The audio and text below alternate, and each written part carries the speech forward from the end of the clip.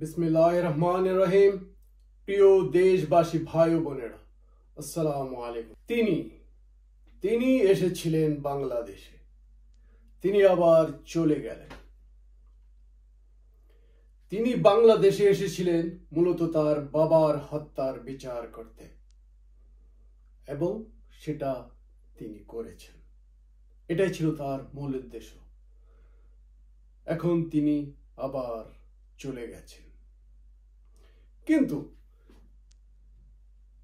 তিনি এত সহজে চলে যাবেন এটা হয়তো তিনি নিজেও ভাবেননি। আর তাই তিনি সেভাবেই তৈরি করেছিলেন তার সাম্রাজ্য। তিনি ভেবেছিলেন যুগের পর যুগ তিনি, তারপরে তার বোন, হয়তো তার মেয়ে, হয়তো তার নাতি, এভাবেই চলে যাবে যুগের পর যুগ। আর ঠিক সেভাবে তিনি বাংলাদেশের প্রশাসনের প্রতিটি স্তরে তার দলীয় কর্মীদের নিয়োগ দান করেছিলেন। তিনি চলে গিয়েছেন তার দল আওয়ামী লীগকে এতিম করে দিয়ে। এসব আওয়ামী লীগ যারা করতেন তারাও আসলে তার পিছনেই ছুটতেন শুধুমাত্র কিছু হালুয়া রুটির আশায়, কিছু লাভের আশায়। আর এভাবেই তারা লাভ করতে করতে এমন একটা পর্যায়ে পৌঁছে গিয়েছিলেন যে সেই আওয়ামী লীগের একটি পদের জন্য কোটি কোটি টাকা খরচ করতেও তারা প্রস্তুতি ছিলেন। ছাত্রলীগের একজন সাধারণ পদমর্যাদার কর্মীর কাছেও হাজার কোটি টাকা কিছুই না। আসলে এই কর্মীরা কখনো একবারও ভাবেনি কে এই শেখ হাসিনা। এই হাসিনা যদি একবার প্লেনে উঠে যায় তার কি আর বাংলাদেশে কিছু থাকে, এটা তারা কখনো ভাবেনি। আর তাই আজ সারা বাংলাদেশের আওয়ামী কর্মীরা দিশেহারা। তারা হন্য হয়ে একটি নিরাপদ জায়গা খুঁজে বেড়াচ্ছেন। কেউ যেন তাকে চিনে না ফেলে, কেউ যেন তাকে দেখে না ফেলে। তারা এক একজন নিজেকে মনে করতেন তার নিজ এলাকার জমিদার হিসাবে। তারা কখনো ভাবতেও পারেনি এত তাড়াতাড়ি তাদের এই সাম্রাজ্যের পতন ঘটবে। তারাও হয়তো ভেবেছিল হাসিনার পর রেহানা, রেহানার পর পুতুল, কিংবা এরপর পুতুলের ছেলে মেয়ে, এভাবেই চলে যাবে যুগের পর যুগ। আর তারাও থেকে যাবেন সে এলাকার জমিদার হিসাবে। কিন্তু হাসিনা চলে গেছেন।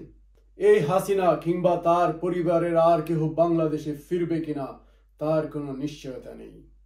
আর আওয়ামী লীগের উপরের শ্রেণীর নেতারা অনেক আগে তাদের আখের গুছিয়ে নিয়েছেন। বিশাল সম্পদের পাহাড় তারা গড়ে তুলেছেন বিদেশের মাটিতে। কি করবেন এখন শেখ হাসিনা? কিভাবে কাটবে তার পরবর্তী দিনকাল? হয়তো তিনি বিদেশে বসে বাংলাদেশের অবস্থা পর্যবেক্ষণ করবেন।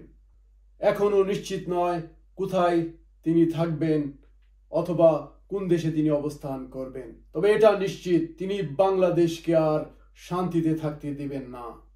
হয়তো সেখান থেকে তিনি তার দল পরিচালনা করবেন, যেমন তারেক রহমান লন্ডনে বসে বিএনপিকে পরিচালনা করেছেন। তিনি মৃত্যুর আগ পর্যন্ত বাংলাদেশকে অশান্ত করার চেষ্টা করে যাবেন, এটা নিশ্চিত। কারণ তিনি বাংলাদেশকে ঘৃণা করতেন। যে বাংলাদেশ তার বাবার মৃত্যুর পর একটি প্রতিবাদ পর্যন্ত করেনি, এক ফোঁটা চোখের পানি পর্যন্ত ফেলেনি।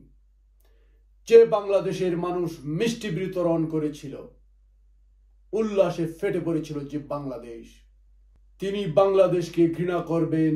কারণ তিনি মনে করতেন বাংলাদেশ তার বাবার সম্পত্তি এবং তিনি যুগ যুগ ধরে এদেশ শাসন করে যাবেন। আর তাই তিনি বাংলাদেশের মানুষকে স্বাধীনতা যুদ্ধের কথা, বঙ্গবন্ধু শেখ মুজিবুরের বীরত্বের কথা ইত্যাদি বলে বলে সবসময় মানুষকে ভুলানোর চেষ্টা করতেন। সেই সাথে তিনি বিদেশ থেকে ঋণ করে কিছু ব্রিজ, কালভার্ট, মেট্রো রেল করে বাংলাদেশের মানুষকে ভুলিয়ে রাখতে চেষ্টা করেছিলেন। তিনি সবসময় ভাবতেন বাংলাদেশ একটি নির্বোধ এবং ভীতু জাতি, তারা যুদ্ধ করতে জানে, তাদেরকে ভয় দেখিয়ে দমিয়ে রাখা যায়। কিন্তু বর্তমানের এই ছাত্র সমাজ তারা একটি অন্য জেনারেশনের যুগের ছেলেপেলে।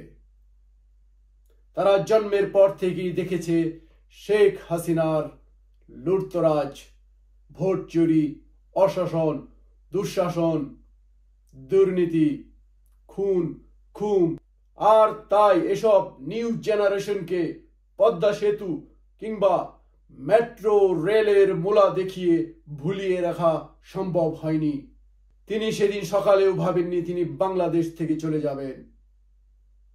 তিনি হাসি ঠাট্টা করতেন বিরোধী দলীয় নেত্রীকে নিয়ে, তার মৃত্যুকে নিয়ে, তার অসুস্থতা নিয়ে।